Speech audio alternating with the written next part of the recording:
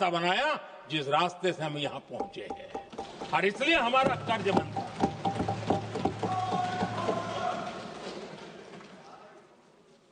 भारत हर चुनौतियों को पार करने में सामर्थ्य है।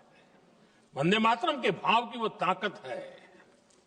वंदे मातरम ये सिर्फ गीत या भावगीत नहीं, ये हमारे लिए प्रेरणा है।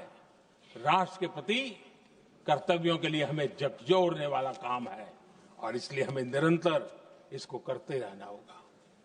हम आत्मनिर्भर भारत का सपना लेकर के चल रहे हैं, इसको पूरा कर रहे हैं। वंदे मातरम हमारी प्रेरणा है।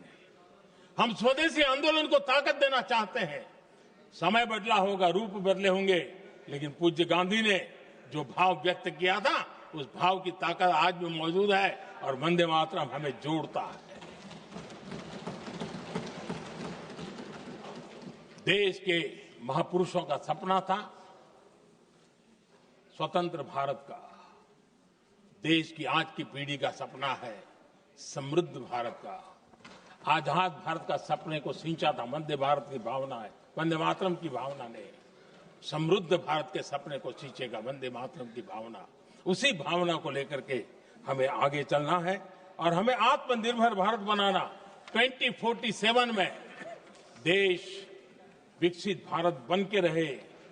अगर आजादी के 50 साल पहले कोई आजाद भारत का सपना देख सकता था तो 25 साल पहले हम भी तो समृद्ध भारत का सपना देख सकते हैं, विकसित भारत का सपना देख सकते हैं और इस सपने के लिए अपने आप को खपा भी सकते हैं। इसी मंत्र, इसी संकल्प के साथ वंदे मातरम हमें प्रेरणा देता रहे। वंदे मातरम का हम ऋण स्वीकार करें, वंदे मातरम की भावना को लेकर के चले, देशवासियों को साथ लेकर के चले, हम सब मिलकर के चले, इस सपने को पूरा करें। इसी एक भाव के साथ ये चर्चा का आज आरंभ हो रहा है। मुझे पूरा विश्वास है कि दोनों सदनों में देश के अंदर वो भाव भरने वाला कारण बनेगा, देश को प्रेरित करने वाला कारण बनेगा, देश की नई पीढ़ी को ऊर्जा देने का कारण बनेगा। इन्हीं शब्दों के साथ आपने मुझे अवसर दिया, मैं आपका बहुत बहुत आभार व्यक्त करता हूं। बहुत बहुत धन्यवाद। वंदे मातरम, वंदे मातरम, वंदे मातरम।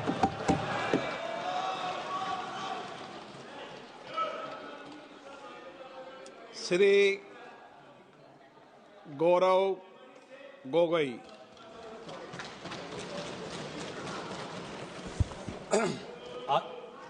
आदरणीय अध्यक्ष महोदय, मैं वंदे मातरम के 150वीं जयंती पर इस महत्वपूर्ण चर्चा में भाग लेने के लिए खड़ा हूं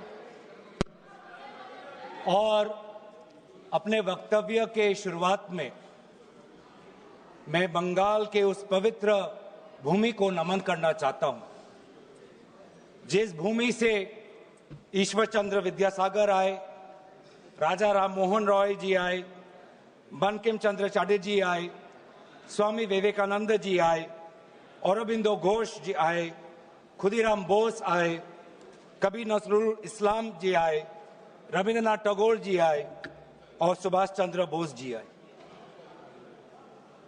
वाकई में बंगाल की इस पवित्र भूमि में एक अद्भुत ताकत है, जिस भूमि ने हमारे देश को ना सिर्फ हमारा राष्ट्रगान दिया, लेकिन राष्ट्रगान के साथ हमें राष्ट्रगीत भी दिया।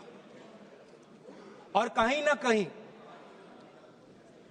मैं इस समय पर, क्योंकि स्वतंत्रता सेनानियों का उल्लेख किया गया, स्वतंत्रता संग्राम का उल्लेख किया गया, उस समय के कवि, लेखक जिन्होंने ऐसे शब्दों का प्रयोग किया, ऐसे कविताएं रची, ऐसे गीत रची, जिन गीतों के साथ, जिन शब्दों के प्रेरणाओं के साथ लाखों के तादाद पर स्वतंत्रता सेनानियों ने अंग्रेजों का जुल्म सहने की ताकत मिली। वे ऐसे शब्द थे वे ऐसे गीत थे, वंदे मातरम, रविंद्रनाथ टैगोर जी के Where the mind is without fear, वो गीत झंडा ऊंचा रहे हमारा, वो गीत सरफरोशी की तमन्ना, वो गीत विद्रोह, वो गीत इंकलाब जिंदाबाद, वो स्लोगन करो या मरो, जय हिंद, सत्यमेव जयते, भारत छोड़ो। ऐसे कई नारे थे, ऐसे कई गीत थे, जिन गीतों ने, जिन शब्दों ने हमारे स्वतंत्रता संग्राम में हमारे भारत के समाज को ताकत दी। वंदे मातरम के इतिहास की और उसकी जंग की बात आदरणीय प्रधानमंत्री मोदी जी ने की।